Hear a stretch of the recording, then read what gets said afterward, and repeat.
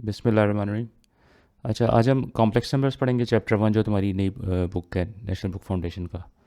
तो इसमें हम मोस्टली जो है ना तुम्हारी जो बुक के लिए जो इंपॉर्टेंट कॉन्सेप्ट है थ्योरी के वो कवर करेंगे। इसके लिए मैं सपोर्टिंग मटेरियल जो है मैं रेकमेंड करूँगा ये इस बुक के बजाय तुम ये पढ़ो थोड़ा सा। इसका जो शुरू का हिस्सा है ना वो लाजमी पढ़ लो। क्वेश्चंस इसके अच्छे हैं, ठीक है, माशाल्लाह थोड़े मुश्किल हैं। इस मतलब क्वेश्चंस के लिए इसको फॉलो कर लो, और थोड़ा सा पढ़ने के लिए कुछ चीज़ें समझने के लिए इसको फॉलो कर लो। इसमें शुरू में बहुत अच्छा समझाया हुआ है। दूसरा, एक तो कैलकुलेटर की एग्जांपल्स करवाऊंगा तुम्हें, ये वाली। तो ये मैं तुम्हें कैलकुलेटर की करवाऊंगा, बाकी इंशाल्लाह इसको पढ़ते हैं। तो सबसे पहले शुरू करते हैं कि कॉम्प्लेक्स नंबर्स होते क्या हैं। तो इसको इसको समझने के लिए सबसे पहले ज़रूरी है कि हम पढ़ें रियल नंबर्स क्या होते हैं। तो रियल नंबर्स के बारे में हमने पढ़ा था, 9th क्लास में पढ़ा था उससे पहले। तो वैसे जनरली हमें पता होना चाहिए कि रियल नंबर्स के अंदर ये कुछ प्रॉपर्टीज़ होती हैं, ठीक है ना। तो सबसे इसको इसको इसको समझते हैं, ठीक है। गौर से देखो, अगर ये मैं एक स्ट्रेट लाइन बनाऊँ, ठीक है, इसको कहता हूँ मैं नंबर लाइन, ठीक है ना। इस पे नंबर लाइन का मतलब यह कि एक ऐसी लाइन है जिसके ऊपर तमाम नंबर्स रिप्रेजेंट किए जो हमें नोन है, ठीक है। तो इसके ऊपर हम आमतौर पर रियल नंबर्स को रिप्रेजेंट किया करते थे। मसलन हम इसके ऊपर नेचुरल नंबर्स को रिप्रेजेंट करते थे, 1 2 3 4। नेगेटिव नंबर्स को करते थे -1 -2 -3, ठीक है। इसके अलावा हम फ्रैक्शंस को भी करते थे। अब फ्रैक्शंस क्या होते हैं, मसलन 1/2 होता है, 1/3 होता है, ये 3/2 हो गया। इसके अलावा हम इरेशनल नंबर्स को भी रिप्रेजेंट करते हैं। मसलन यहाँ पे हम एक इरेशनल नंबर है √2, ठीक है ना। तो इसके अंदर कौन कौन से हम नंबर्स रिप्रेजेंट करते हैं, रियल। ये एक नंबर लाइन है, स्ट्रेट लाइन है। इसके ऊपर हम नेचुरल नंबर्स को रिप्रेजेंट करते हैं, इंटीजर्स को रिप्रेजेंट कर देते हैं। जीरो तो इसके अंदर रिप्रेजेंट होता है, ये जो इंटीजर्स का है, ठीक है। उसके अलावा हम फ्रैक्शंस को रिप्रेजेंट कर देते हैं, क्यू। फ्रैक्शंस का मतलब है जिनको हम P/Q फॉर्म में लिख सकते हैं, तो इनको रैशनल नंबर्स कहते हैं। उसके अलावा इरेशनल नंबर्स को रिप्रेजेंट कर देते हैं। तो ये सारे के सारे जो होते हैं ना, ये क्या होते हैं, इनको कलेक्टिवली कहते हैं रियल नंबर्स।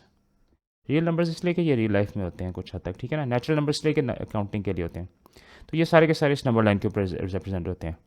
अब अगर हम इसकी प्रॉपर्टीज़ पढ़ें ना रियल नंबर्स की, तो इसमें ये देती है एसोसिएटिव लॉ, क्लोजर लॉ, तो ये सारे।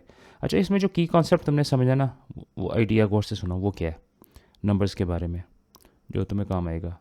वो ये कि अगर अगर हम दो रियल नंबर्स लें, ठीक है, फर्स्ट करो एक्स और वाई लें, इसके ऊपर कोई भी ऑपरेशन हम करते थे ना, इनको प्लस कर देते थे, सब्ट्रैक्ट कर देते थे, मल्टीप्लाई कर देते थे, डिवाइड कर देते थे, तो हमने देखा था कि हमारे पास आंसर जो था ना रियल नंबर आता था, ठीक है ना। तो रियल से लेके रियल तक हम चले जाते थे, ठीक है। अब आ जाते हैं अगला कॉन्सेप्ट, ठीक है। अच्छा, इसी तरह हम कुछ एक और स्पेशल ऑपरेशन देख लेते हैं। मसलन ये देख लेते हैं, एक रियल नंबर को पावर लें रियल नंबर की, तो इसका भी हमने आमतौर पे आंसर देखा है कि रियल नंबर आता है, ठीक है ना। मसलन 2⁻³ क्या आता है, 8 आ जाता है, रियल नंबर है। 2⁻2.5 ये भी आमतौर पे रियल नंबर आ जाता है, ठीक है ना। इसी तरह 9⁻1/2 ये कितना आ जाता है, 3 आ जाता है, ये भी रियल नंबर है। तो रियल से रियल आ जाते हैं। तो ये मल्टीप्लाई करने से, एडिशन करने से, पावर से लेने से आमतौर पर रियल आते हैं। लेकिन अब यहाँ पे कुछ, तो ये सारे के सारे इसको कहते हैं क्लोजर प्रॉपर्टी। क्या कहते हैं, क्लोजर प्रॉपर्टी। ये ग्रुप थ्योरी में तुम पढ़ोगी, सेट्स में पढ़ोगी। क्लोजर प्रॉपर्टी का मतलब ये है कि इसके अंदर रियल नंबर्स जो है ना, रियल नंबर्स वो एडिशन, सब्ट्रैक्शन, मल्टीप्लिकेशन, डिवीजन के लिहाज से क्लोज्ड हैं। इसका मतलब है कोई भी रियल नंबर्स के ऊपर ये ऑपरेशन करूँगा 4, तो वो इसके अंदर होंगे। लेकिन अब एक स्पेशल ऑपरेशन देखते हैं, ये ट्राई करते हैं, -9, ठीक है। ये चलो और आसान कर लो, -4 कर लो, ठीक है। अब ये गौर से देखना, इसका क्या मतलब है। इसका मतलब -4⁻², ठीक है ना। आइडिया गौर से सुनो, इसका नंबर मतलब ये है कि हमें एक ऐसा नंबर चाहिए, ठीक है, जिसका स्क्वायर लेंगे ना, इसको हम यूँ लिख लेते हैं, y = √-4। तो y एक ऐसा नंबर होना चाहिए कि जब इसका स्क्वायर लूँगा ना, तो मेरे पास दोनों साइड का स्क्वायर लूँगा, मेरे पास -4 आना चाहिए। अब हम देखेंगे कि रियल नंबर लाइन के ऊपर जब हम देखेंगे ना, सर्च करते हैं इसको, कोई भी नंबर ट्राई करें, ठीक है, तो हम ये देखते हैं इसका सोल्यूशन यहाँ पे एग्जिस्ट करता है कि नहीं करता। तो ठीक है ना। तो हमें एक ऐसा नंबर चाहिए जिसको हम स्क्वायर लें -4 आ जाए। तो इस नंबर लाइन के ऊपर हम कोई भी नंबर ट्राई करेंगे ना, तो हमें पता चलता है कि हमारे पास कोई ऐसा नंबर नहीं है जो इसके ऊपर आ सके। कोई रैशनल में से भी नहीं है, इरेशनल में से भी नहीं है, और किसी भी टाइप के नंबर में से नहीं है जो इसको इस कंडीशन को सेटिस्फाई कर ले। तो अब इसकी नेचुरली लोगों ने क्या किया, लोगों ने एक इन्वेंशन की। उस इन्वेंशन का नाम था आयोटा, ठीक है ना। वो आयोटा क्या होता है समझाता हूँ। उन्होंने ये कहा कि हम इन प्रॉब्लम्स को सॉल्व करने के लिए मसलन -√9 -√20, ठीक है, -16, इस प्रॉब्लम को सॉल्व करने के लिए हम एक ईजाद कर लेते हैं जिसको आयोटा कह देते हैं। -1 को डिफाइन कर देते हैं, इसको कहते हैं डिफाइन, ठीक है, डिफाइन एज आयोटा। और अब अगला बड़ा जो स्टेप है ना ह्यूमन वो मैथ्स के एवोल्यूशन में, वो ये था जो 16वीं 17वीं सदी में हुआ, वो ये था, ये देखो उन्होंने कहा कि ये जो रियल नंबर लाइन है ना, ये नंबर लाइन जिसको हम पढ़ते हैं, बचपन में पढ़ाते हैं बच्चों को, इसके बिल्कुल परपेंडिकुलर एक इंडिपेंडेंट एक नंबर लाइन बना देते हैं जिसको इमेजिनरी नंबर लाइन दे देते हैं, ठीक है। अब ये बिल्कुल ऐसी होगी लेकिन इसके ऊपर आयोटा के मल्टीपल्स आएंगे। मसलन इसके ऊपर आयोटा आएगा, 2 आयोटा आएगा, 1.5 आयोटा, 3 आयोटा, सो ऑन, ठीक है ना। तो इसको कह देते हैं इमेजिनरी नंबर लाइन, ठीक है, 5 आयोटा -3 आयोटा, ठीक है। तो इस प्रॉब्लम्स को सॉल्व करने के लिए हमने ये ईजाद कर दी जिसका नाम है इमेजिनरी नंबर लाइन, ठीक है। तो अब ये देखना बिल्कुल वेक्टर्स की तरह कॉन्सेप्ट है, गौर से देखना। ये देखो वेक्टर्स में हम कहते थे ना ये आई जे कंपोनेंट और एक ये के कंपोनेंट होता था, याद है, ये बिल्कुल वैसे ही है, ये तीनों इंडिपेंडेंट है, ठीक है ना, ये इंडिपेंडेंट है। ये रियल कंपोनेंट है और ये इमेजिनरी कंपोनेंट है। और इस प्लेन इस चीज़ को हम आर्गन प्लेन कह देते हैं, आर्गन प्लेन इसका टेक्निकल नाम है, वैसे इसको इमेजिनरी प्लेन भी कहते हैं, ठीक है ना। हम इमेजिनरी प्लेन का वर्ड यूज़ करेंगे। अब गौर से देखना, कुछ नंबर्स हमारे पास इमेजिनरी के ऊपर आएंगे, लाइन के ऊपर आएंगे, कुछ यहाँ पे आएंगे, ठीक है। जो नंबर रियल नंबर लाइन के ऊपर आएंगे वो रियल नंबर होंगे, जो नंबर इमेजिनरी लाइन पे आएंगे वो इमेजिनरी होंगे, और जो नंबर दोनों का कॉम्बिनेशन होंगे ना, यहाँ पे मसलन ये मसलन ले लेते हैं 2 + 2 आयोटा, इन नंबर्स को हम कॉम्प्लेक्स कहेंगे। कॉम्प्लेक्स इसलिए कि इसके अंदर 2 पार्ट्स हैं, तो ये कॉम्प्लिकेटेड नंबर्स हैं, ठीक है ना। ये 2 आयोटा और 2 के कॉम्बिनेशन से बना है, और मैं प्लस का सिंबल इसलिए डाल सकता हूँ कि हमें पता है कि ये दोनों आपस में ऐड नहीं हो रहे, क्यों, इस सिंबल की वजह से ऐड नहीं हो रहे। ये बिल्कुल वैसे ही था जैसे हम ये करते थे वेक्टर, ठीक है ना, हम लिखते थे vector A = 3 iota + 3i + 2j + 5k। तो ये बेसिकली ऐड का सिंबल बेसिकली ना इसको लिखने के लिए होता है, इसको हम यूँ भी लिख लेते थे, याद है तुम्हें। तो अभी भी देखोगे ना तो वेक्टर्स को हम यूँ लिख लेते थे, तो अभी भी देखोगे ना तो कॉम्प्लेक्स नंबर्स को लोग यूँ भी लिख लेते हैं, ठीक है, और यूँ भी लिख लेते हैं 2 + 3 होता है। तो ये लिखने का तरीका फ़र्क है। इन सारी चीज़ों को हम कहते हैं कॉम्प्लेक्स नंबर, जो कॉम्प्लेक्स प्लेन के ऊपर होते हैं। अब हमने पढ़ी थी रियल नंबर की प्रॉपर्टीज़ पढ़ी थी, ये देखो, ये तुमने लाजमी पढ़ना है, ये नहीं पढ़ोगी एक दफ़ा नहीं देखोगी तुम्हें ये समझ नहीं आएगी, इसको रिपीट ज़रूर करना है। ये मैं तुम्हें मशवरा दूंगा, ये अगर तुमने पहले भी नहीं पढ़ा, ये तुम्हारी KPK की बुक बेकार है, उसने सिर्फ क्वेश्चन कराया, वो सिर्फ क्वेश्चन के लिए, ठीक है, थी। तुम्हारी नई बुक में भी कुछ ये चीज़ें नहीं समझाई, तो इसको लाजमी तुम एक दफ़ा देख लो, रिपीट कर लो, ये जो 9th 10th में ये कॉन्सेप्ट है ना। तो यही प्रॉपर्टीज़ हमने देखनी है कि आया के कॉम्प्लेक्स नंबर्स में हैं कि नहीं है, ठीक है। तो कॉम्प्लेक्स नंबर में हम कौन कौन सी प्रॉपर्टी देखते हैं, तो हमने ऑब्जर्व किया, अगर तुम्हारी बुक को खोले ना यहाँ पे, तो ये इसमें देखो एडिशन हो रही है, सब्ट्रैक्शन हो रही है, मल्टीप्लिकेशन और डिवीजन हो रही है। अब ये गौर से देखना ये जो कॉन्सेप्ट, ठीक है ना। तो ये तुम्हें समझ आ गया होगा कि जो नंबर रियल पार्ट और इमेजिनरी पार्ट से मिलके बनता है ना, उसको कॉम्प्लेक्स नंबर कह देते हैं, इसको यूँ डोनेट कर देते हैं, ठीक है ना। A + आयोटा B बिल्कुल वेक्टर की तरह, ये देखो, अगर इसको वेक्टर की तरह ट्रीट करें ना, तो ये इसका हिस्सा जो होगा ना, ये इसका रियल पार्ट होगा, और यहाँ से यहाँ तक लेंथ जो होगी ये इमेजिनरी लेंथ होगी, बिल्कुल वेक्टर्स की तरह, ठीक है ना। तो ये कॉन्सेप्ट है। अब इसको नंबर्स क्यों कहते हैं, सबसे पहले कभी ये देखो इसको नंबर्स क्यों कहते हैं, इनको वेक्टर्स क्यों नहीं कहते, कुछ और नहीं कहते हैं। तो इसके अंदर नंबर्स की खूबी पाई जाती है कि नहीं पाई जाती है, मसलन ये देख लेते हैं, ये देखो, तो ये सारी प्रॉपर्टीज़ इसमें ज़्यादातर तकरीबन प्रॉपर्टीज़ देखोगी इसके अंदर पाई जाएंगी, ये वाली सारी एडिटिव क्लोजर, ये सारी इसमें पाई जाएंगी, मल्टीप्लिकेटिव आइडेंटिटी, मल्टीप्लिकेटिव, ये सारे पाए जाएंगे। अच्छा, इसकी इम्प्लीकेशन क्या है, इसके अंदर सबसे इंपॉर्टेंट जो है ना वो क्लोजर प्रॉपर्टी देखना, ये closure property with law of multiplication, closure with, ये देखो क्लोजर लॉ ऑफ एडिशन है, क्लोजर लॉ ऑफ सब्ट्रैक्शन है, closure law of addition subtraction एक ही चीज़ है, मल्टीप्लिकेशन और डिवीजन है, ठीक है। इसका क्या मतलब है, इसका मतलब ये है कि गौर से देखना कि अगर हम 2 कॉम्प्लेक्स नंबर लें Z1 Z2, अगर हम इनको ऐड करें, सब्ट्रैक्ट करें, मल्टीप्लाई करें, डिवाइड करें, तो इसका रिजल्ट कॉम्प्लेक्स प्लेन के अंदर आना चाहिए, ठीक है ना।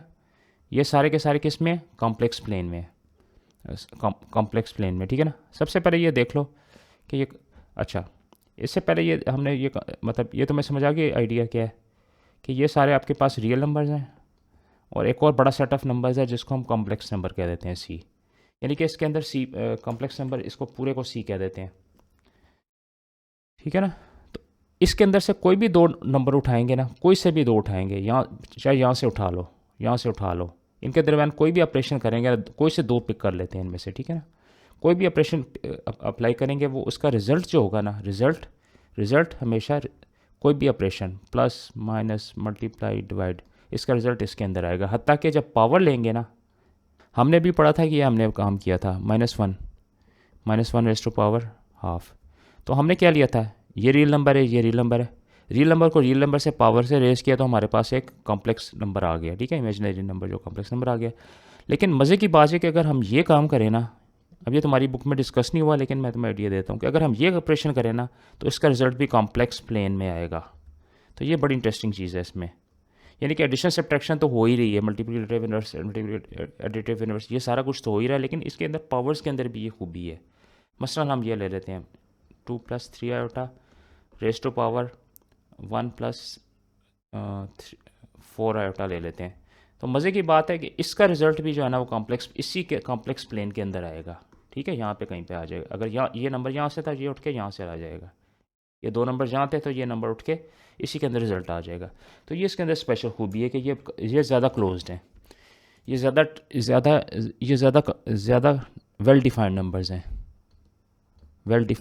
इनमें नंबर्स की खूबियाँ ज़्यादा बेहतर तौर पे डिफाइंड होती हैं, ठीक है। इसके अंदर क्लोजर प्रॉपर्टीज़ ज़्यादा बेहतर होती है। तो अब हम आ जाते हैं इसके ऊपर, इसका फ़ायदा क्या होता है कॉम्प्लेक्स नंबर्स का, ठीक है, ये कहाँ से आते हैं। तो इसकी हम अलजेब्रिक इंटरप्रिटेशन देखते हैं। तो तुमने याद होगा तो हमने ये पोलिनोमियल्स पढ़े थे, ठीक है। अब पहले तो मैं थोड़ा रिवाइज कर देता हूँ। इसमें सबसे पहले कॉन्सेप्ट है फंडामेंटल थ्योरम ऑफ अलजेब्रा, ये यहाँ से आते हैं, ठीक है ना, अलजेब्रा। अब ये देख लो कितना इंपॉर्टेंट होगा जिसका नाम ही फंडामेंटल थ्योरम है, यानी कि ये सबसे बेसिक थ्योरम है अलजेब्रा का। ये कहता है कि अगर आपके पास कोई पोलिनोमियल हो ना, पोलिनोमियल क्या होती है, इस तरह की इक्वेशन होती है, ये रियल कोफिशिएंट आ गए, उसके साथ आपके आगे x⁻n plus an-1 x⁻n-1 plus a1 x⁻x1 plus z plus आखिर में आ जाएगा a। इस चीज़ को हम कहते हैं पोलिनोमियल। इसकी एग्जांपल क्या है, 5x³ plus 3x² plus 4x plus इसको चलो 2 कर लेते हैं, ठीक है ना।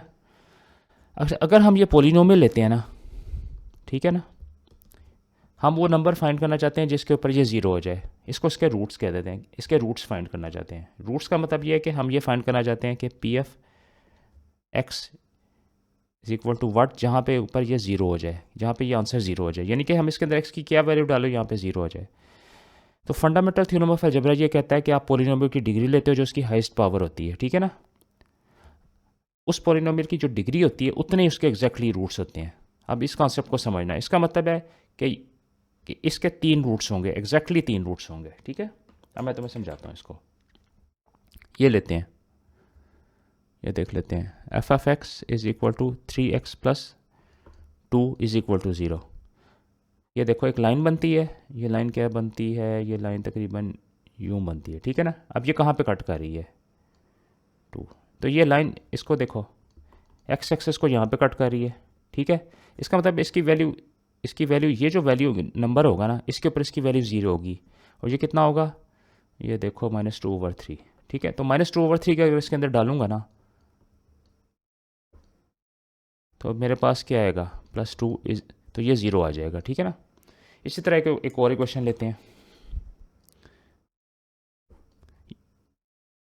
ये ठीक है, चलो इसको ले लेते हैं,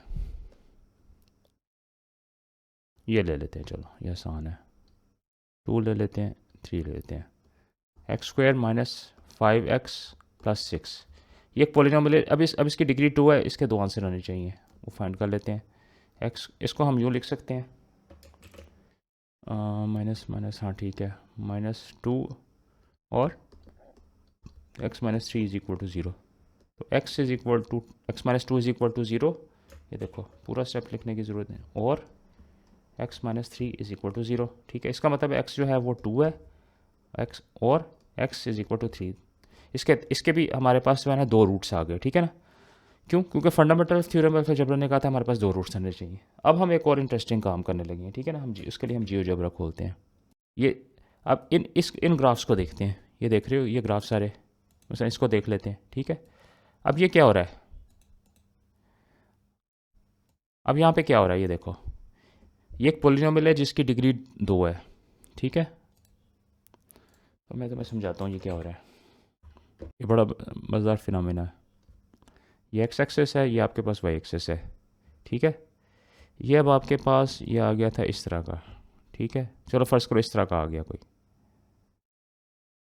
ठीक है, ये क्वाड्रेटिक आ गई। फर्ज करो x square plus x plus 1।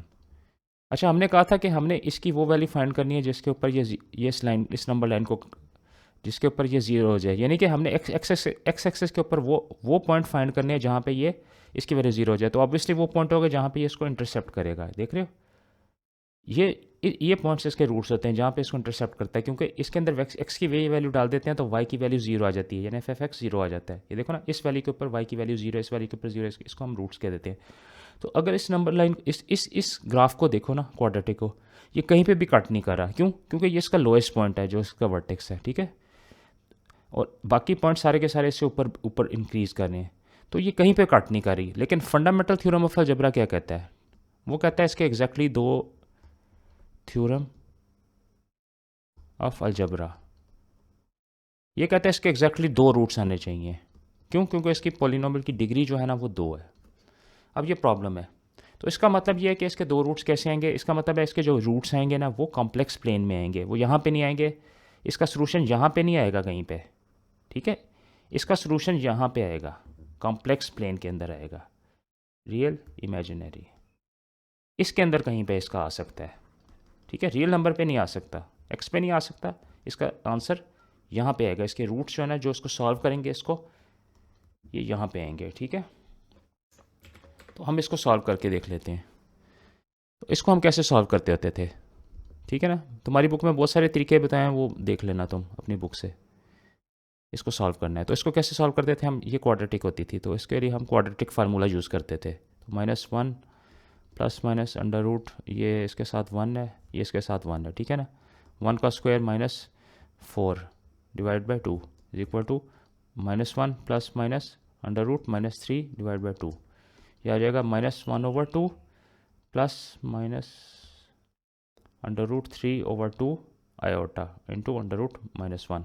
ये हमें पता है आयोटा होता है। ये किसके बराबर आ गया? -1 plus minus under root 3/2 iota.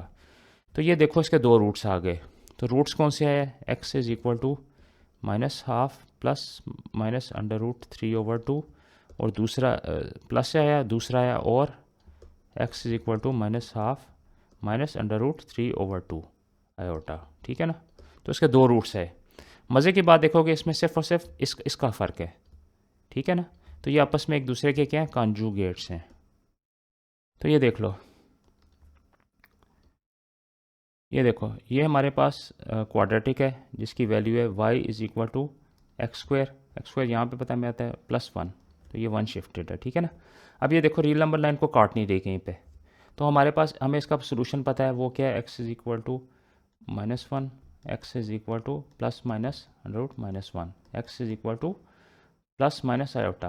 तो हमारे पास इसके दो इमेज, ये कहाँ, अब गौर से देखना, मज़े की बात देखना, इसका सोल्यूशन इमेजिनरी प्लेन के ऊपर लाई कर रहा है। कहाँ पे लाई कर रहा है इसका सोल्यूशन? इमेजिनरी प्लेन में। इसका मतलब है ये एक्स एक्सेस को काट नहीं रही। ठीक है, तो ये कहाँ काट रही है?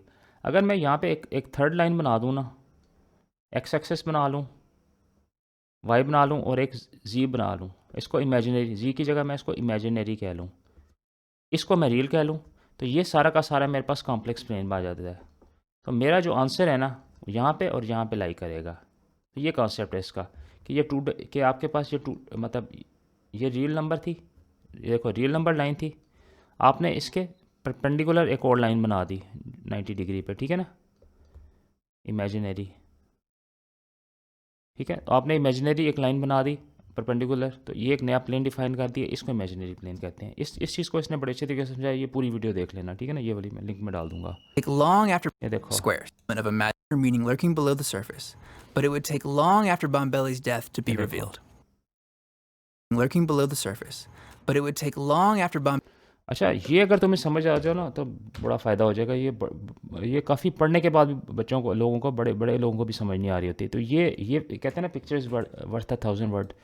तो ये फिगर अपने हाथ से बनाने की कोशिश करो, इसको रेप्लिकेट करने की, इसकी ड्राइंग। ये इतनी ज़्यादा वैल्यूबल फिगर है ना कि ये तुम्हें सारा समझा देती है कि ये कॉम्प्लेक्स नंबर होते क्या हैं, और ये वीडियो तुम्हें सारा समझा देती है। ये बहुत परफेक्ट वीडियो है, मैंने बहुत वीडियोस देखी हैं, इस जैसी मैंने वीडियो नहीं देखी, ठीक है। बड़े कॉम्प्लेक्स नंबर को मुश्किल तरीके से समझाया, इसने पूरा समझा दिया, लेकिन इसके लिए पीछे 5-6 इसकी सारी हिस्ट्री बताई हुई है। तो ये अगर इंटरेस्टेड हो तो ज़रूर देखो अपना इंटरेस्ट पैदा करो मैथ्स के अंदर, इसमें बड़ी इंटरेस्टिंग चीज़ें हैं, इसको एंजॉय करो। pf(x) कह लो z³ plus z² plus z plus 1, ठीक है। क्या करना है, इसको सीधा सीधा कैलकुलेटर खोलना है, 5वें में चल जाना है, और इसको चौथी ऑप्शन 1 1 1,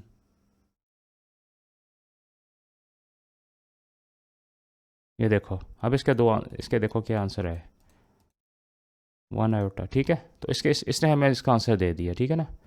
क्या दे दिया, z इज इक्वल टू 1 -1 दिया था, 1 दिया था, आयोटा दिया था, और माइनस आयोटा दिया था। तो ये देख लो आपस में एक दूसरे कंजुगेट है। इसका मतलब है हम ओरिजिनल इक्वेशन को हम यूँ लिख सकते हैं, तो ये इसका सोल्यूशन है। और अगर इसको फैक्टराइजेशन दी जाती है तो हम इसको यूँ लिख लेते हैं, z -1 माइनस साइन लगा देते हैं, z माइनस आयोटा, और z minus minus iota, z plus iota. तो ये तुमने बेसिकली इस तरह सॉल्व करने हैं। तुम्हें चाहे ये दे दें 2z² plus 5z plus 4 is equal to 0, ये दे दें, या फैक्टराइजेशन दे दें। तुमने डायरेक्टली पहले इसका आंसर निकालना है, और दरमियान वाले स्टेप्स में बाद में करने हैं, ठीक है ना। तो ये इसका आइडिया है। अब आ जाते हैं कि कॉन्जुगेट्स का कॉन्सेप्ट क्या आ जाता है। इसके ऊपर कोई नंबर है 3 + 2 आयोटा, ठीक है ना, ये इमेजिनरी है। अगर मैं इसको रिफ्लेक्ट करूँगा ना इस एक्सेस के ऊपर, जैसे ये शीशा पड़ा हो, इसके ऊपर मैं रिफ्लेक्ट कर रहा हूँ, ठीक है ना। तो ये इसको करूँगा, जितना यहाँ से यहाँ तक डिस्टेंस है, यहाँ से यहाँ तक डिस्टेंस कितना है मेरा, 2 है, ठीक है। तो मैं यही डिस्टेंस यहाँ से यहाँ तक ले लेता हूँ, 2, ठीक है। तो यहाँ से यहाँ तक 3 है, तो ये जगह 3 आ गई, और ये 7 आ गया, प्लस -2 आयोटा। तो ये इसका कॉन्जुगेट है। इसको वेक्टर की तरह ट्रीट कर लेते हैं। यूँ समझ लो कि ये वेक्टर यहाँ पे रिफ्लेक्ट हो गया, इसकी मिरर इमेज बन गई है, ठीक है। अब इसका फ़ायदा क्या होता है, इसका फ़ायदा ये होता है, गौर से देखो, इन दोनों को ऐड कर लूँ ना, +3 - 2 आयोटा, इनको ऐड कर लूँ तो मेरे पास क्या आएगा, ये कट जाएंगे और मेरे पास 6 आ जाएगा। तो ये रियल नंबर आ जाएगा, ऐड करने से रियल नंबर आ जाएगा। एक और काम करता हूँ, इनको मल्टीप्लाई कर देता हूँ, 3 - 2 आयोटा, ये आ जाएगा a+b इंटू a - b का फार्मूला। तो ये आ जाएगा 3 का स्क्वायर -2 आयोटा का स्क्वायर, यह आ जाएगा 3 का स्क्वायर माइनस आयोटा का स्क्वायर इंटू 2 का स्क्वायर कितना होता है, 2 का स्क्वायर। तो यह आ जाएगा 9 - 4 आयोटा, आयोटा का स्क्वायर -1 है, -1 है, तो यह आ जाएगा 9 + 4 इज इक्वल टू 13, ठीक है। ये इसका फ़ायदा रियल नंबर है।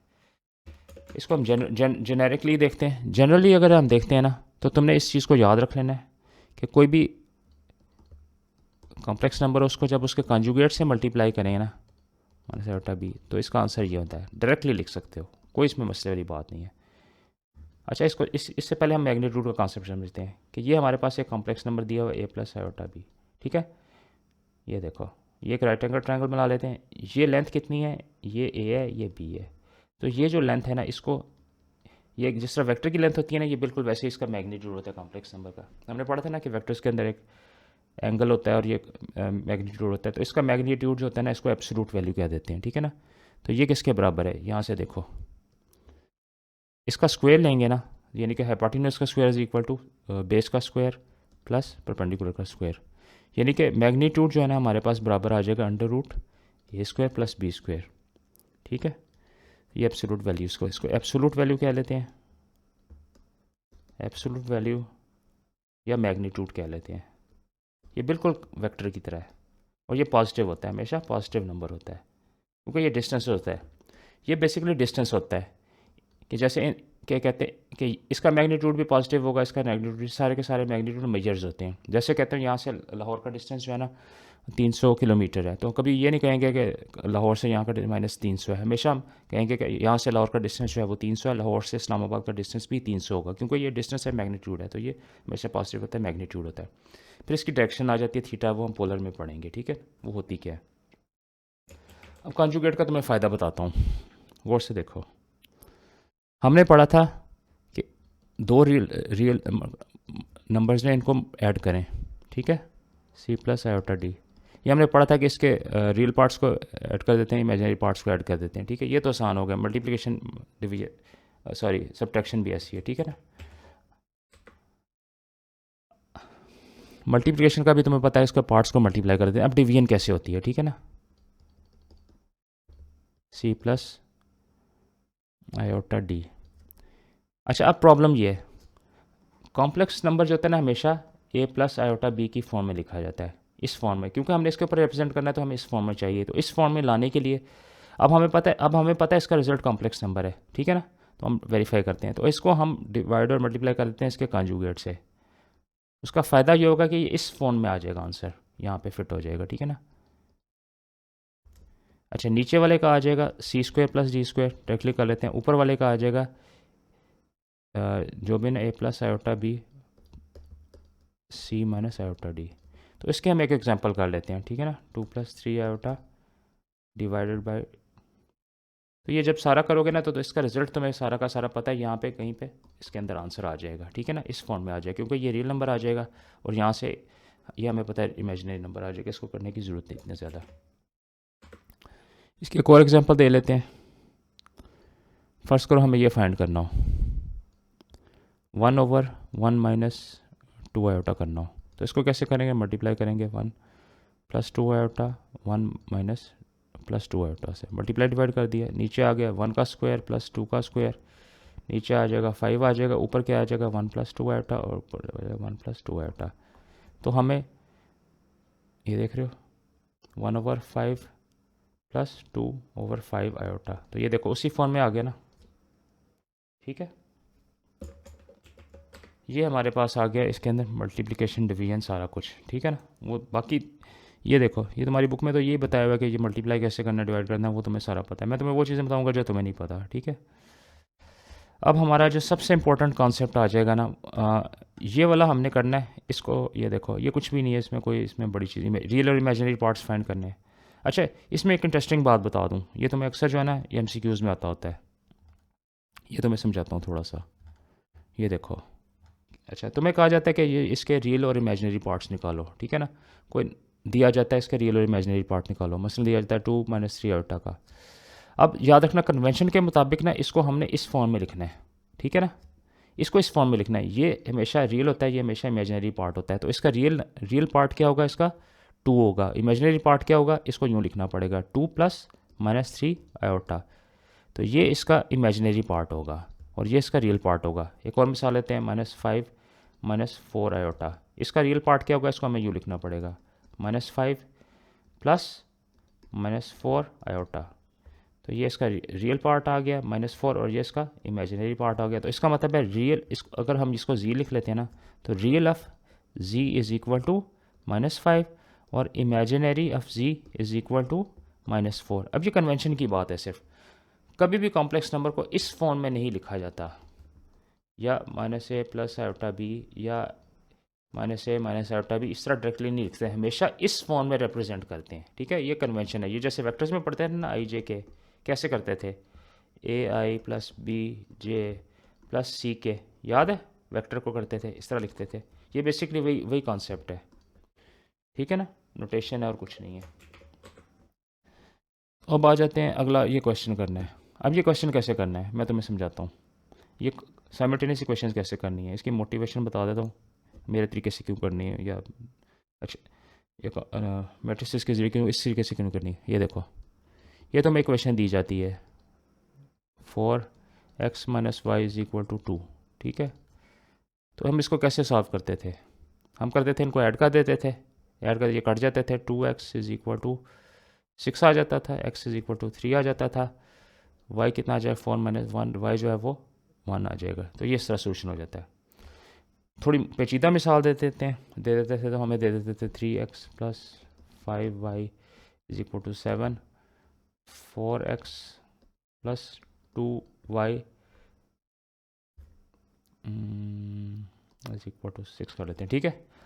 अच्छा अब ये देखो, इसमें ये दोनों बराबर नहीं, ये दोनों बराबर नहीं, तो हम इसको क्या करते हैं, इस पूरे को मल्टीप्लाई कर देते हैं हम 2 से, इसको मल्टीप्लाई कर देते हैं -5 से, फिर इनको ऐड कर देते हैं। ये तरीका था ना।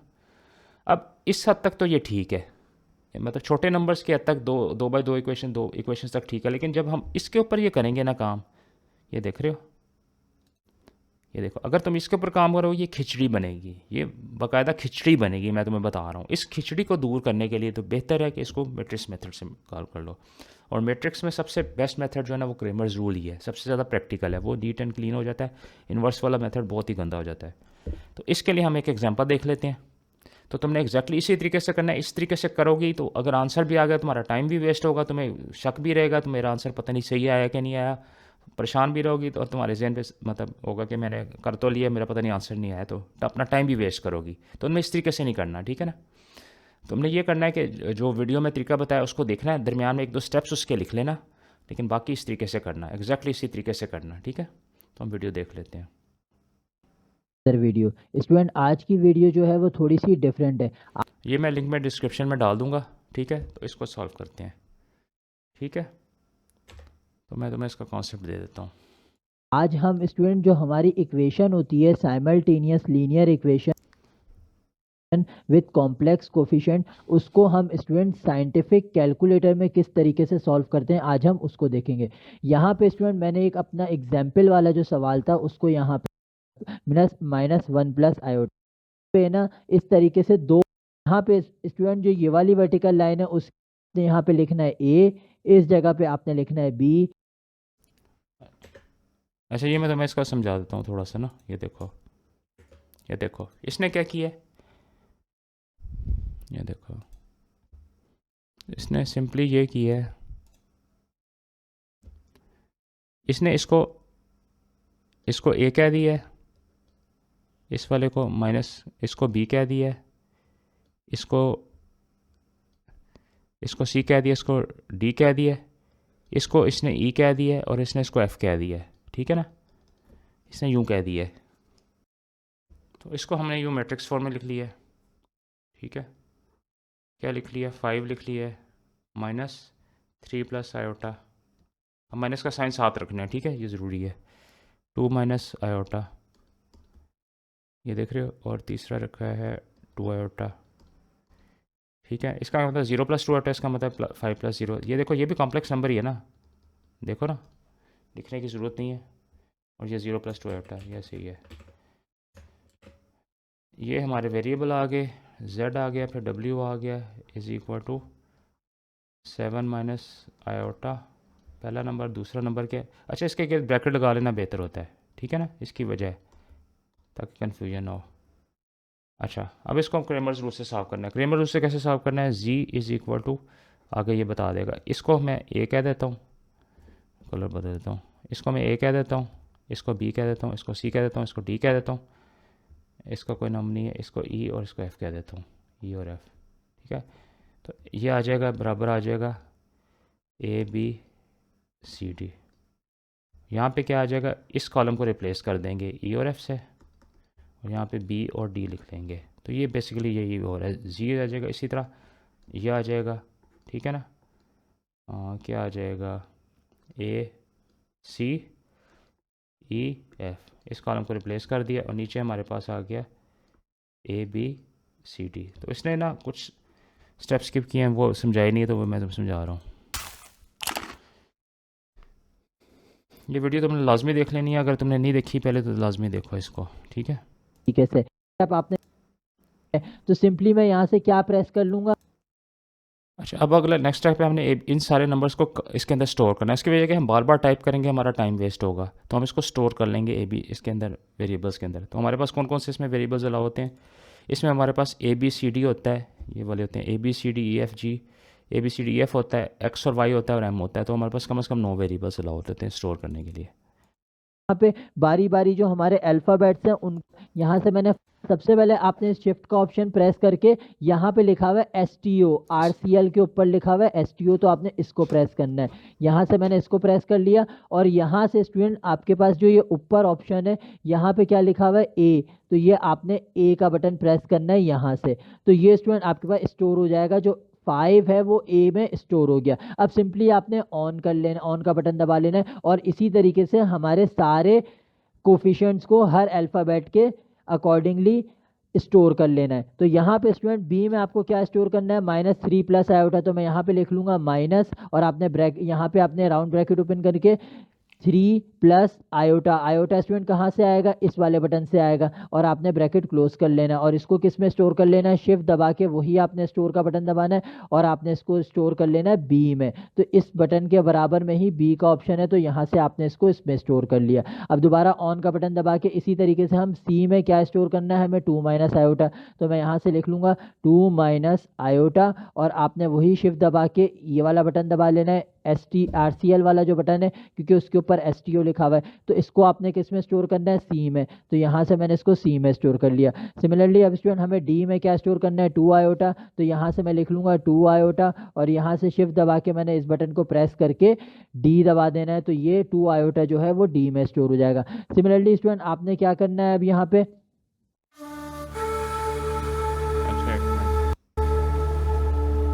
What can be made?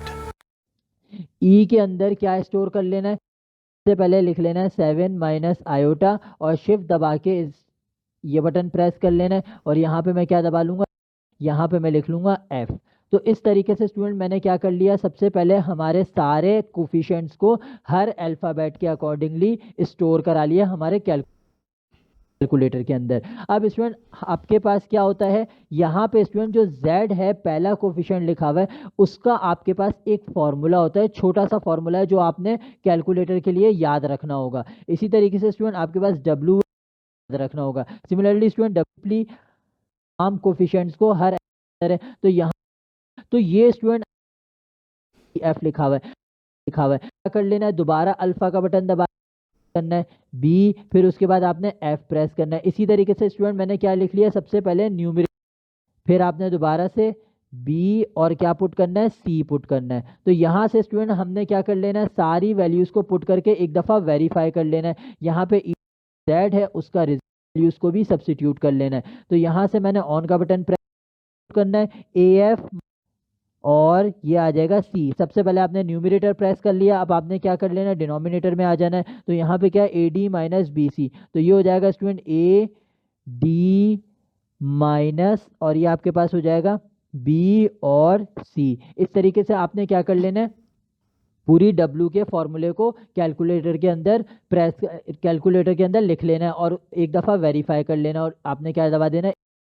तो यहाँ से स्टूडेंट आपके पास, यहाँ पे स्टूडेंट मैं आपको एक बात बता दूं कि आपने अपने सवाल को एग्जाम के अंदर पूरा सॉल्व करना होगा। ये कैलकुलेटर में मैंने आपको इसीलिए सिखाया है कि आप इसको सिर्फ वेरीफाई कर सकें अपने रिजल्ट को। जो आपने अपना सवाल सॉल्व किया एग्जाम के अंदर उसको आपने क्या करना होगा, सिंपली अगर वेरीफाई करना है कि मेरा जो सवाल है जो मैंने किया है क्या वो सही है या उसके अंदर कोई मिस्टेक ना हो, तो इसीलिए आप इसको क्या कर सकते हैं, वेरीफाई कर सकते हैं और अपने आंसर्स को मैच कर सकते हैं। अगर आपके आंसर सेम आ रहे हैं तो आपको वहां से 100% कंफर्मेशन मिल जाएगी। तो हार्डली स्टूडेंट इसको सॉल्व करने के लिए आपको मुश्किल से 2 या 3 मिनट लगेंगे सॉल्व करने के लिए। तो आप इसको इस तरीके से कैलकुलेटर के अंदर कॉम्प्लेक्स साइमल्टेनियस इक्वेशन को सॉल्व कर सकते हैं।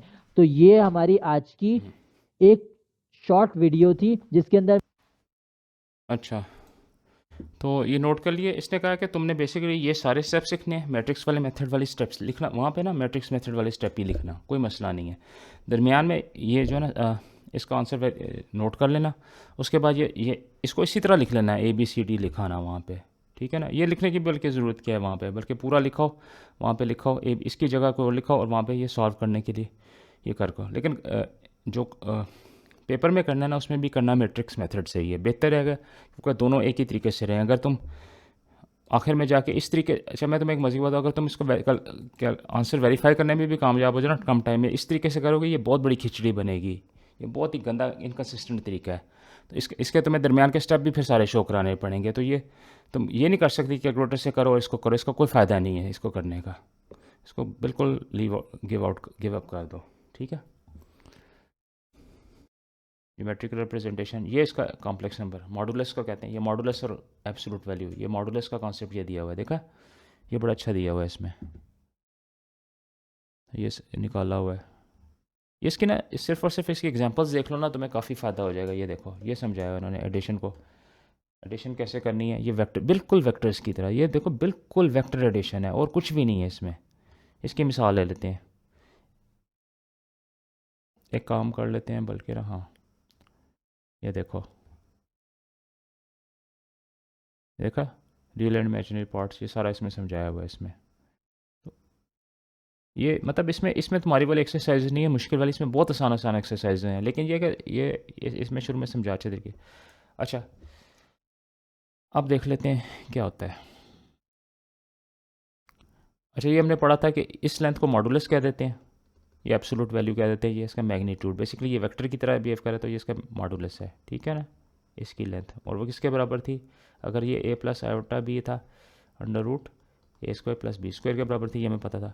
अच्छा इस नंबर का ना, ये जो z है इसका मॉडुलस ले लेते हैं, क्या ले लेते हैं इसका, वो ले लेते हैं कॉन्जुगेट ले लेते हैं, तो ये z बार आ जाएगा a माइनस आयोटा बी। अब मैं तुम्हें दिखा दूँ इसको, अब इसको वेक्टर एडिशन की तरह कर सकते हैं कि नहीं कर सकते, ये देखते हैं। तो ये कर लेते हैं, ये z है, इसके साथ हेड एंड टेल रूल लगा के ना, इसको उठा के यहाँ पे लगा देते हैं, इसके हेड के साथ इसकी टेल लगा लेते हैं, जी बार लगा लेते हैं, ठीक है।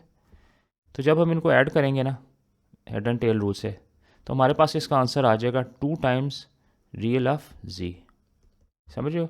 ऐड करके देख लेते हैं, A plus iota B plus A minus iota B, ये हमें पता कट जाएगा, तो ये 2 आ जाएगा, रियल पार्ट 2 टाइम्स, तो ये देखा, तो रियल नंबर आ गया। तो ये इसको एडिशन जो है ना, सब्ट्रैक्शन क्या होती है, वो भी तो वेक्टर मेथड से भी अगर चाहो कॉम्प्लेक्स नंबर को ऐड कर सकते हो। ये एक नंबर है, कॉम्प्लेक्स नंबर है, और ये क्या है, ठीक है ना, इसको उठा के यहाँ डाल देना है और यूँ कर देना है, तो इससे भी तुम इसको वेक्टर एडिशन से भी कर सकते हो। तो ये बताया इसमें एक्स्ट्रा चीज़।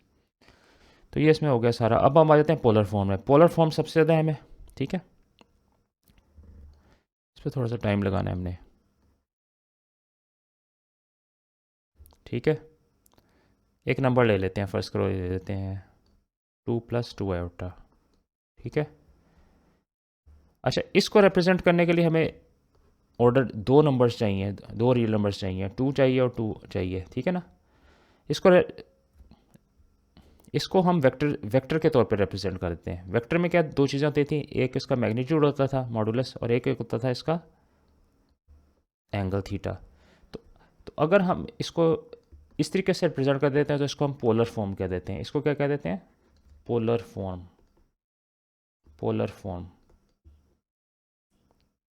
पोलर। ये यूँ रख लो, ये अर्थ का पोज होते हैं ना, ये वाले पोज, नॉर्थ पोज, उससे याद कर लो पोल्स को, ठीक है ना, पोलर फॉर्म। अच्छा इसका फ़ायदा ये होता है कि ये अब हम इसको बिल्कुल वेक्टर्स की तरह ट्रीट करें, ठीक है ना। तो ये इसको लिखने का तरीका, इसको हम पोलर फॉर्म में रिप्रेजेंट कर देते हैं। तो z = 2 + 2 आयोटा लेते हैं, इसका मॉडुलस क्या होगा, अंडर रूट 2² + 2² = अंडर रूट 8, ठीक है ना। एंगल थीटा कितना होगा, ये देखो, इसको ले लेते हैं, ये देख लो, ये बना लेते हैं, ये 2 हो गया, ये 2 हो गया, ये अंडर रूट 8 है, और ये एंगल थीटा है। अब ये एंगल थीटा कितना होगा, इसका टेंजेंट से आ जाएगा, इन दो की मदद से आ सकता है, ठीक है ना। टेंजेंट थीटा = 2/2 होगा, टेंजेंट थीटा, तो थीटा कितना होगा, टेंजेंट इनवर्स -1 2/2 होगा, टेंजेंट इनवर्स 1 ये कितना होगा, 45 डिग्री होगा। तो थीटा जो होगा ना 45 डिग्री होगा, या थीटा होगा π/4, ठीक है। इसका क्या मतलब हुआ, इसका मतलब ये हुआ कि मैं इस कॉम्प्लेक्स नंबर को पोलर फॉर्म में लिख सकता हूँ, ठीक है। तो मैं इसको लिख लेता हूँ, यूँ लिख लेता हूँ, √8 एंगल π/4। अब हमें पता है कि अगर मैं इसको 360 डिग्री घुमाऊँ, 2π घुमाऊँ, तो हमारे पास यही आ जाएगा। इसको मैं यूँ भी लिख सकता हूँ, angle π/4 plus 2πn, n belongs to Z. यानी कि इसको गोल गोल घुमाता रहूँगा, वही वापस आ जाएगा, यहीं पे वापस पॉइंट आ जाएगा। तो मैं इसको जनरल तरीका इसको लिखने का ये होता है।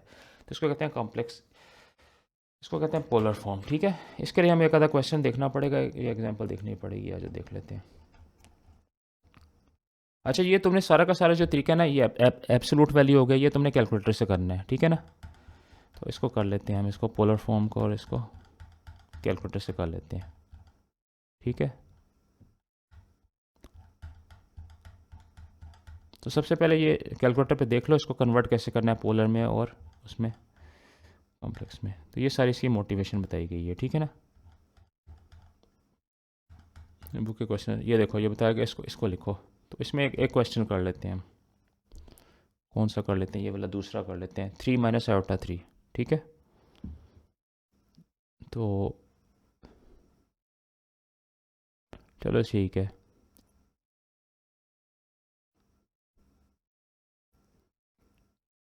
अब इसमें चूँकि बुक में एग्जांपल नहीं दी हुई, तो यहाँ से करना पड़ेगा हमें।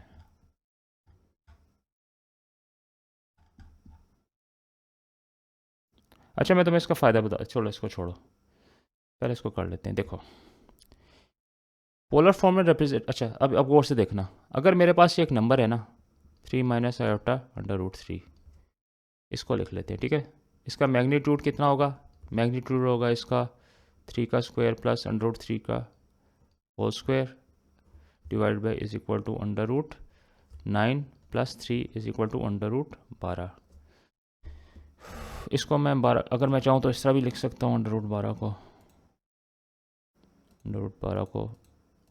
3, अगर चाहूँ तो 5 से लिखना चाहूँ जो लिख लो, वरना वैसे ही लिख लो। तो थीटा कितना होगा इसका, हमने पढ़ा था टेंजेंट इनवर्स -1, ये आ जाएगा √i/। अच्छा, अब ये देख लो ये कहाँ पे लाई करता है। तो ये देखो क्वाड्रेंट कौन सा है, ये क्वाड्रेंट 1 है, क्वाड्रेंट 2 है, क्वाड्रेंट 3 है, 1 2 3 4। तो ये देखो ये यहाँ पे लाई करता है कहीं पे। ठीक है ना, यहाँ पे कहीं लाई करता है क्वाड्रेंट 4 में। तो इसका मतलब ये एंगल इसका नेगेटिव होगा। ठीक है, ये बराबर आ जाएगा -√3, यानी कि थीटा किसके बराबर होता है, टेंजेंट इनवर्स -1 b/a, किसी कॉम्प्लेक्स नंबर का ना। ठीक है ना, ये तुम्हारी बुक में लिखा हुआ है, /3। तो ये सॉल्व करोगे तो हमारे पास आ जाएगा 30 डिग्री। ये किसके बराबर आएगा, π/6 के बराबर आएगा। ठीक है, -30 डिग्री -30। इसका मतलब है कि इस z को मैं इस तरह लिख सकता हूँ, z is equal to √12 into, और एंगल लिख लेते हैं इसका -π/6। ठीक है, तो अब इसका फ़ायदा क्या हुआ। ठीक है, अब ये देखो, अब इसको लिखने के और क्या तरीके हैं। अब ये बड़ी अहम चीज़ है, जो सबसे आसान अच्छा तरीका है ना लिखने का, जो इंजीनियर्स इस्तेमाल करते हैं दुनिया भर के, वो ये इस्तेमाल करते हैं। ठीक है ना, मैथमेटिशियंस भी कुछ हद तक इस्तेमाल करते हैं। दूसरा जो ज़्यादा मैथमेटिकल नोटेशन है ना इसको कॉम्प्लेक्स नंबर को पोलर फॉर्म में लिखने की, वो ये है कि सबसे पहले मैग्नीट्यूड लिख लेते हैं और साथ ये लिख लेते हैं e⁻²। अच्छा, इसको चलो छोड़ो, इसको समझाता हूँ तुम्हें। अब फर्ज करो ये तुम्हें, अब मैं एक और काम करते हैं। ये तुम्हें एक नंबर दिया हो गया, ठीक है, जिसका मैग्नीट्यूड दिया गया है और एंगल थीटा दिया गया है। ठीक है, तुमने इसको कन्वर्ट करना है रेक्टेंगुलर फॉर्म में। तो कैसे करोगी, इसको प्रोजेक्शन लॉइज करोगी, तो ये हिस्सा तुम्हारे पास ए हो जाएगा, ये हिस्सा क्या हो जाएगा, बी हो जाएगा। अब ये देखो, ए किसके बराबर है इस राइट एंगल ट्राइंगल के अंदर, देखो तो A is equal to Z cos theta, B किसके बराबर है, जी इंटू इसका साइन थीटा हो जाएगा। तो मैं लिख सकता हूँ ना इसको कि ओरिजिनल नंबर जो था ना मेरा जी, इसको मैं लिख सकता हूँ कि नहीं लिख सकता, जी कॉस थीटा प्लस आयोटा जी साइन थीटा, बिल्कुल लिख सकता ना। तो मैं इसको मैं भर लेता हूँ एब्सोल्यूट वैल्यू को, इसको हम लिख लेते हैं cos theta plus iota sine theta, लिख सकता हूँ ना। ये जो दरमियान में चीज़ है ना, अब ये गौर से देखना, इस दरमियान में चीज़ है ना, इसको लिखने के और तरीके हैं। जो स्टैंडर्ड तरीका है ना वो e⁻ आयोटा थीटा है। ठीक है ना, दूसरा इसका तरीका, इसको जो तुम्हारी बुक में लिखा हो CIS है, कॉम्प्लेक्स, ये मतलब कॉज, आयोटा और साइन ऑफ थीटा। स्टैंडर्ड तरीका ये, इसका मतलब है हम इसको डिफाइन कर देते हैं, e raise to power iota theta और C I S theta define कर देते हैं किसके बराबर है, cos theta plus iota sine theta. इसका फ़ायदा यह है कि इससे हमें ये सारा क्लटर बच जाएगा जो इस बुक ने डाला हुआ है। ये देखो, ये मैं तुम्हें समझाता हूँ इसका। ये देखो, ये देख रही हो, ये सारी की सारी तुम्हारी खिचड़ी बच जाएगी। ये जो सारी खिचड़ी बन रही है ना यहाँ पे, ये वाली सारी खिचड़ी, ये सब समझाने के लिए बताया गया है, ठीक है ना। ये इसको पढ़ लेना, इसको सॉल्व इस तरीके से नहीं करना, ये समझने के लिए, उससे ये सारी की तुम्हारी सारी की सारी खिचड़ी बच जाएगी, ठीक है। इस तरीके से रखना है। तो दोबारा बताओ, हमने क्या देखा था? हमने कहा था कि एक कॉम्प्लेक्स नंबर को हम रिप्रेजेंट कर सकते हैं A plus iota B, summarise कर लेते हैं A square plus B square, इसका मॉडुलस है, तो इसको हम लिख लेते हैं Z is equal to Z E raise to power iota theta, जो भी इसका थीटा होगा, और या इसको लिख लेते हैं जी और साथ लिख लेते हैं इसकी यूँ लिख लेते हैं। अच्छा, अब एक और इसमें कॉन्सेप्ट देखना, ये जो इसमें एंगल थीटा निकालते थे ना, थीटा, अगर तो ये फर्स्ट और सेकंड क्वाड्रेंट में हो ना 2, ठीक है, तो ये आएगा थीटा, अगर इन दोनों में हो ना, थीटा बिलोंग करेगा 0 से लेकर पाई तक, ठीक है ना। और अगर यहाँ से यहाँ होगा तो इसको हम मेजर करेंगे नेगेटिव के ऊपर, थीटा बिलोंग्स टू 0 से लेके माइनस पाई तक, यानी कि 0 से लेके 180 तक और 0 से लेके माइनस 180 तक। तो इसमें ये कन्वेंशन फॉलो कर लेना। तो जब भी कैलकुलेटर से निकालोगी ना इसको, जब कैलकुलेटर से निकालते हैं, याद है तुम्हें, कैलकुलेटर से भी हम निकाल लेते होते हैं, यहाँ से देंगे equal to rectangular to polar, rectangular पे ले आए और एंगल 1 डिग्री, तो J5.2 rectangular pi equal to 53 0.3 sorry 53। अब नेक्स्ट एग्जांपल ये हमें रेक्टेंगुलर कन्वर्जन करना है, इसीलिए यहाँ पर स्क्रीन पे पोलर आना चाहिए। स्क्रीन पर पोलर देखिए, शिफ्ट और पोलर, और यहाँ पुट करनी पड़ती है। रेक्टेंगुलर की वैल्यू यहाँ पर प्लस आता है, ये कॉमा और 5.2 ब्रैकेट क्लोज इक्वल टू, ये आर आ गया और एंगल आ गया हमें 60.01 डिग्री 60। अच्छा, ये तुमने देख लिया, ये तुम्हें कैलकुलेटर से निकाल देता है। अच्छा, इसमें ये भी देख लेना, इसमें एंगल हमेशा ना या तो 0 से पाई के दरमियान निकलेगा, 0 से माइनस पाई के दरमियान निकालेगा, तो ये देख लेना, उससे अंदाज़ा लग, बाकी क्वाड्रेंट का तुम्हें अंदाज़ा हो जाएगा। तो ये कोई इतना मुश्किल काम नहीं है, ठीक है। अब इसका फ़ायदा देखते हैं, मोटिवेशन। तो ये तुम्हारी टाइम ली है, इसको स्किप कर लेना, कोई मसला नहीं। मोटिवेशन फॉर पोलर फॉर्म, ठीक है।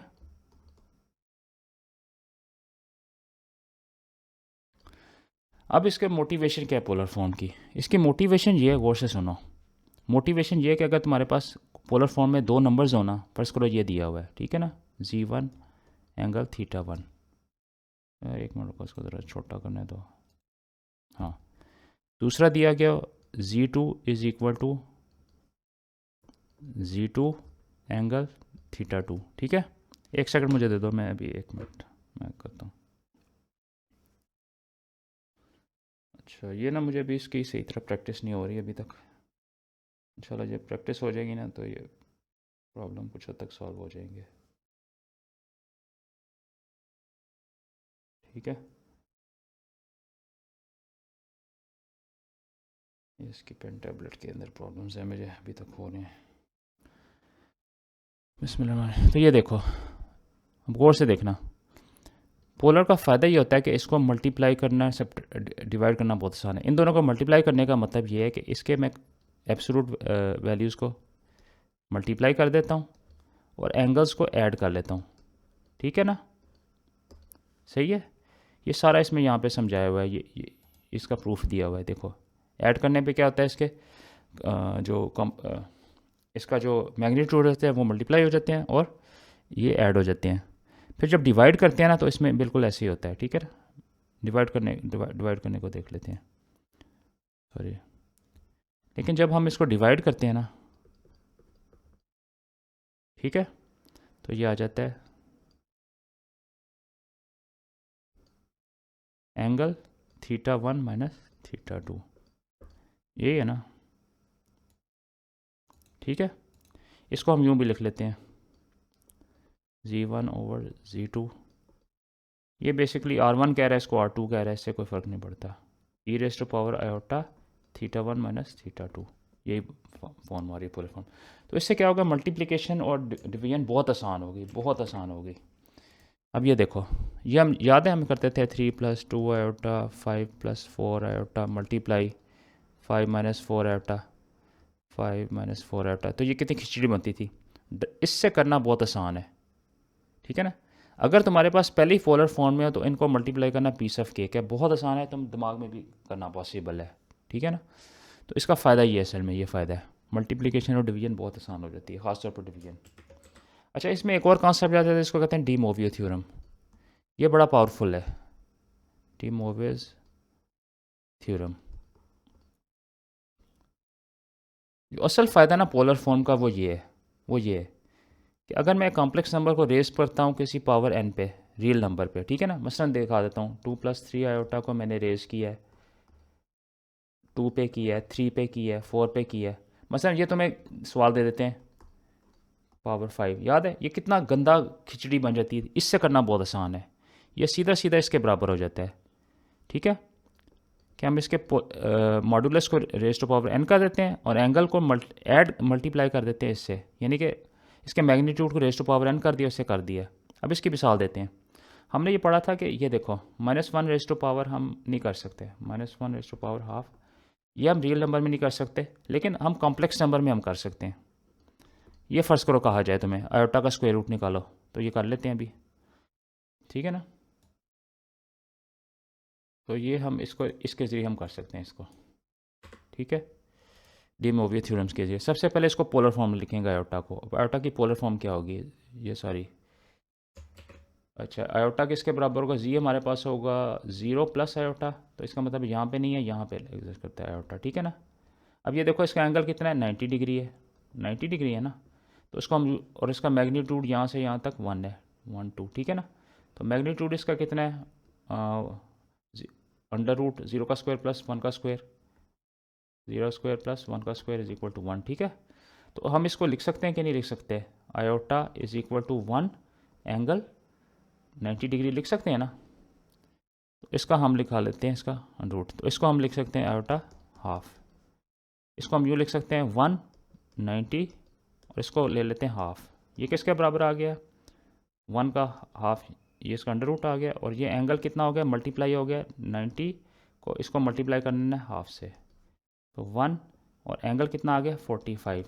अब ये समझो, अब ये देखते हैं कॉम्प्लेक्स नंबर पे कहाँ पे, प्लेन पे। ये देखो मज़ेदार चीज़ है,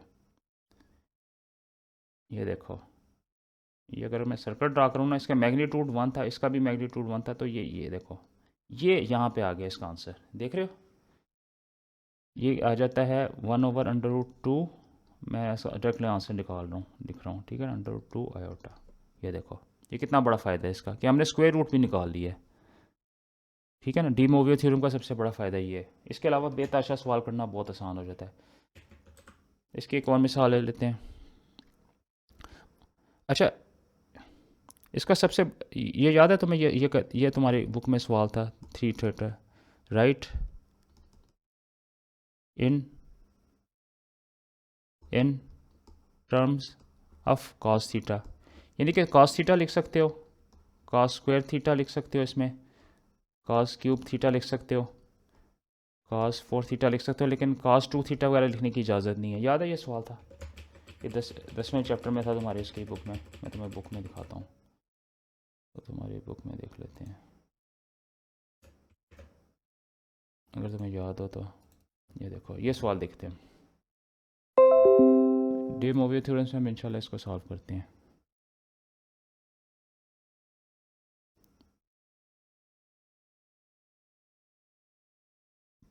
ये ट्रिग्नोमेट्रिक आइडेंटिटीज जो है ना इससे बहुत आसान हो जाती हैं, ठीक है। ये देखो ये सारी इससे बहुत आसान हो जाती हैं, ठीक है।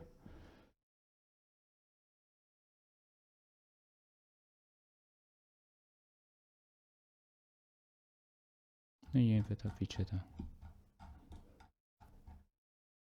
ये वाला, ये देखा, ये है ना साइन थीटा को साइन अल्फ़ा की टर्म में लिखो, कॉस 3 अल्फ़ा को इसकी टर्म में लिखो। तो इस सवाल को हम देख लेते हैं, ठीक है।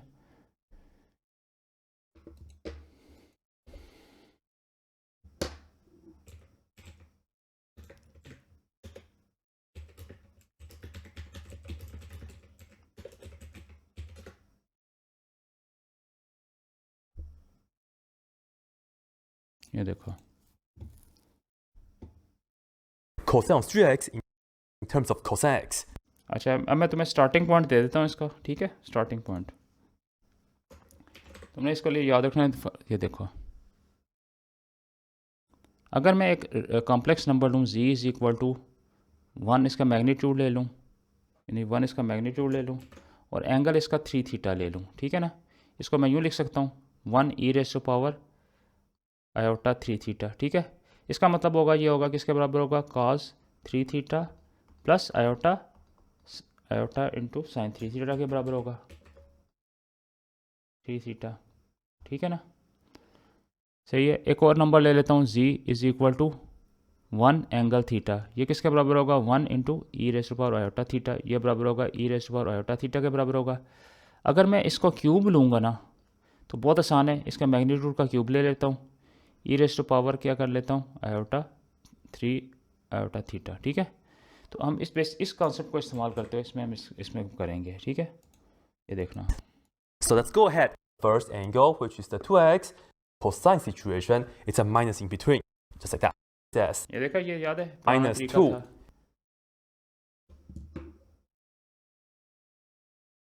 ये देखा,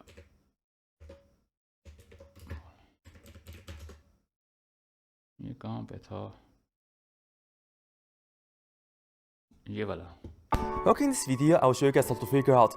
And likewise, what we can do is, on the right hand side, we can just multiply this out. ये देखा, इसका क्यूब ले लेंगे, ठीक है ना।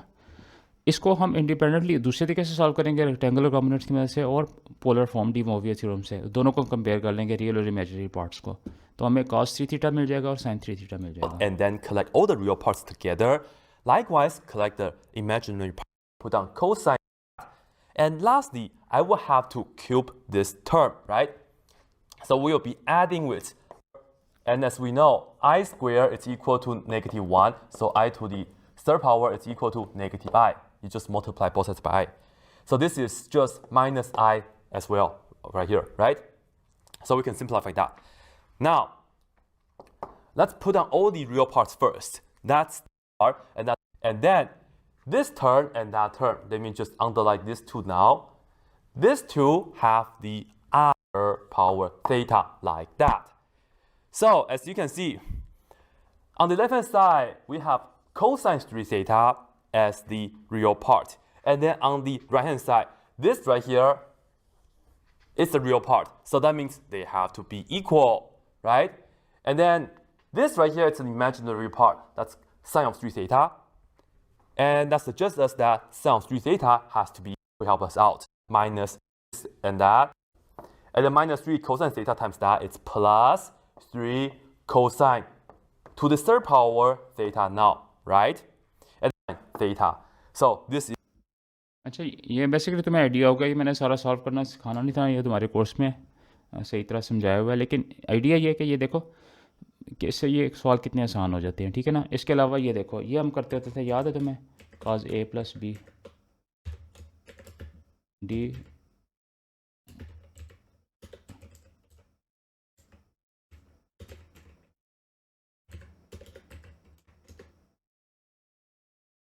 ये देखो, ये सारे के सारे, ठीक है ना। तो ये देखो, ये बेताशा इसमें एग्जाम, ये ना ट्रिग्नोमेट्रिक आइडेंटिटीज के जरिए की हुई हैं, तो इसका बहुत फ़ायदा है इसका। अब आ जाते हैं इसके अंदर, तुम्हारे आखिरी हिस्सा रह गया, हाँ कोई और चीज़ रह गई तो वो देख लेते हैं। ये देखो, ये बताया हुआ है, इसको एडिशन सब्ट्रैक्शन करना। ये देखो, find the Cartesian, find the equation Cartesian form, ठीक है। आर्गूमेंट, अच्छा आर्गूमेंट क्या होता है? आर्गूमेंट बेसिकली उसका एंगल होता है, ठीक है। ये देखो कि अगर तुम्हारे पास ये कॉम्प्लेक्स नंबर हो ना, ये इसका मॉडुलस एब्सोल्यूट वैल्यू होती है। अच्छा, इसको कैसे लिख लेते हैं? मॉडुलस लिख देते हैं, इसको आर भी लिख लेते हैं, इसको थीटा भी लिख लेते हैं, और इसको आर्गूमेंट कहते हैं। आर्गूमेंट, इस थीटा को आर्गूमेंट कहते हैं, आर्ग, ठीक है ना। ये कन्वेंशन देख लो, ये आर्ग लिखा हुआ है ना, ये बार बार आ रहा है। एप्लीकेशन ऑफ कॉम्प्लेक्स नंबर, तो इसमें कोई इतनी मुश्किल चीज़ नहीं है। इलेक्ट्रिकल इंजीनियरिंग में इसकी बहुत एप्लीकेशंस हैं। ये देखो कि कॉम्प्लेक्स नंबर्स को मल्टीप्लाई डिवाइड करना इंजीनियरिंग में होता रहता है, कोई सी बड़ी बात नहीं है। तो ये जो है ना, तुमने इंशाल्लाह, ये मैं तुम्हें नेक्स्ट टाइम में कोशिश करूँगा इसके कुछ क्वेश्चंस करवा लूँ, ठीक है ना। मेरा इस वक्त मकसद ये नहीं था तुम्हें क्वेश्चंस करवाना, मेरा इस वक्त मकसद ये था कि तुम्हें फर्स्ट चैप्टर, 6 चैप्टर, और जो तुम्हारा तो चैप्टर के नाम मुझे भूल जाते हैं ना, आगे पीछे हो गए हैं, और ये वाला चैप्टर जो है ना, ये वाला ख़ास तौर पे, ये मैंने तुम्हें जो है ना, ये वाला और ये वाला, और थोड़ा बहुत वेक्टर्स का भी, सीक्वेंसेस का भी अगर मुझे कोई ज़रूरत पड़े, नहीं इसकी सिर्फ इसकी ज़रूरत पड़ेगी मुझे समझाने की, इसकी लाजमी पड़ेगी तुम्हें। इसके अंदर बहुत ट्रिकी किस्म देखो, जो ट्रिकी क्वेश्चन आने हैं तुम्हारे, इसमें से आने हैं, वेक्टर्स में से थोड़े बहुत आने हैं, इसमें से आने हैं, और इसमें से आने हैं, ठीक है ना। फंडामेंटल्स ऑफ ट्रिग्नोमेट्री में से आने हैं, इनमें से ट्रिकी क्वेश्चन आने हैं तुम्हें, ये मेरी बात लिख लो, इसमें से, इसमें से, इसमें से, ठीक है ना। लेकिन ज़्यादा ट्रिकी क्वेश्चन नहीं होंगे, अगर तुम्हें कॉन्सेप्ट समझ आओगे ये बहुत आराम से हो जाएगा। तो मेरा तुम्हें फोकस ये मेरा मशवरा ये है कि इसको अच्छी तरह कर लो, और पॉलिनोमियल्स वाले को भी अच्छी तरह कर लो। पॉलिनोमियल्स वाला बहुत आसान है, ये कैलकुलेटर से डायरेक्टली हो जाता है। तो ये तो तुम्हारे ये छोटा सा चैप्टर है, देखो इसके, देखो कहते हैं 13 सफ़ों का चैप्टर है, लेकिन इसमें क्वेश्चन टेढ़े मेढ़े बन सकते हैं। ये बाकी तुम्हें इसके अगर अच्छा, इस 8वें चैप्टर के ये प्रैक्टिस से होना है, ये अब तुम्हारा ज़्यादा प्रैक्टिस से होना है, इसमें सिर्फ प्रैक्टिस की ज़रूरत है। इन दोनों में सिर्फ और सिर्फ प्रैक्टिस की ज़रूरत है। इसमें और इसमें थोड़ा सा समझने की ज़रूरत है। वेक्टर्स में भी खास तौर पे थोड़ा सा समझने की ज़रूरत है, सोच समझ के करने वेक्टर्स के क्वेश्चन। इसमें टेढ़े मेढ़े क्वेश्चन याद रखना वेक्टर्स में आ सकते हैं। तो हमने कॉम्प्लेक्स नंबर्स देख लिया, उसको हमने रिलेट कर लिए वेक्टर्स के साथ कर लिए। बाकी मेरा तुम्हें मशवरा है, मैं तुम्हें जितना कहूँ कम है। ये जो पंजाब टेक्स्ट बुक बोर्ड की बुक है ना, ये बहुत अच्छी बुक है, ये बहुत ज़्यादा अच्छी बुक है। ये कम से कम समझाती है आपको। इसकी फर्स्ट ईयर की और 10th की मिला के अगर पढ़ो ना, तो मैं और मज़ीद कोई इतना पढ़ने की ज़रूरत नहीं है। देखो इसमें टू द पॉइंट जो काम के क्वेश्चन दिए हुए हैं, करवाए हुए हैं, एग्जांपल्स करवाई हुई हैं। तो इसको इंशाल्लाह हम क्लोज़ करते हैं। तो हमने कॉम्प्लेक्स नंबर आज हमने कर लिए, हमने सिर्फ थ्योरी पे फोकस किया था, ठीक है। तो थ्योरी के अलावा हमारा मकसद इसमें अभी फ़िलहाल नहीं था। नेक्स्ट टाइम हम क्वेश्चन करने की कोशिश करेंगे। फ़िलहाल इसको क्लोज़ कर